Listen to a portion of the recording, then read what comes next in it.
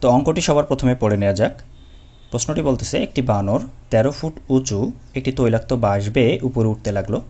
বানরটি প্রথম মিনিটে ৩ ফুট উপরে ওঠে, কিন্তু দ্বিতীয় মিনিটে ১ ফুট নিচে নেমে যায়। বাঁশের মাথায় উঠতে বানরটির কত মিনিট সময় লাগবে? তো বুঝতেই পারছেন, প্রথম ১ মিনিটে সে ৩ ফুট উপরে ওঠে এবং দ্বিতীয় মিনিটে সে আর ওঠার চেষ্টা করে না, বিধায় সে ১ ফুট নিচে নেমে যায়।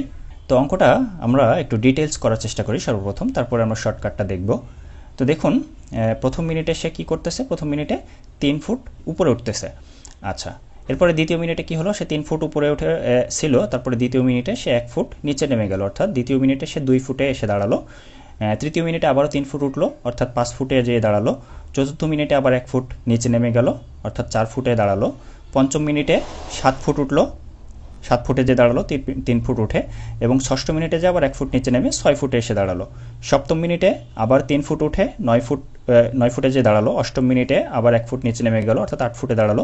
নবম মিনিটে আবারও ৩ ফুট উপরে উঠলো, অর্থাৎ ১১ ফুটে দাঁড়ালো।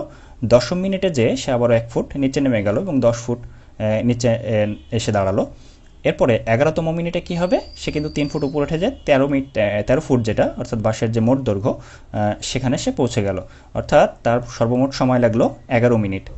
তো এটা ছিল ডিটেইলস সমাধান, আপনাদের বোঝানোর সুবিধার্থে এভাবে ডিটেলস করলাম। এরপরে আমরা শর্টকাট টেকনিকটা দেখে নিই। দেখুন, এটার জন্য একটা সূত্র আছে।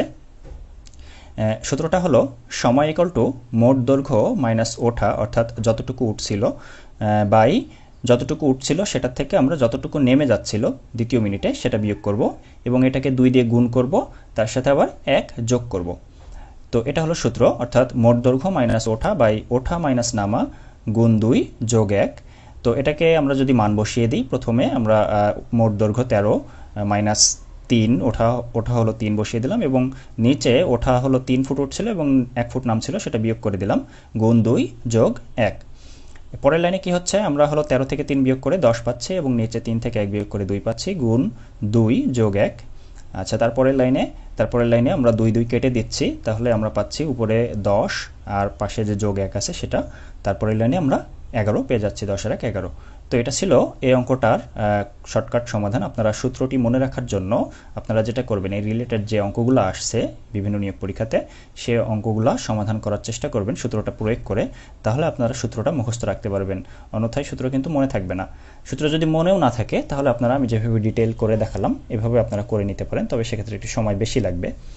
তো আজকে এ পর্যন্তই। সবাই ভালো থাকবেন, সুস্থ থাকবেন। আল্লাহ হাফেজ।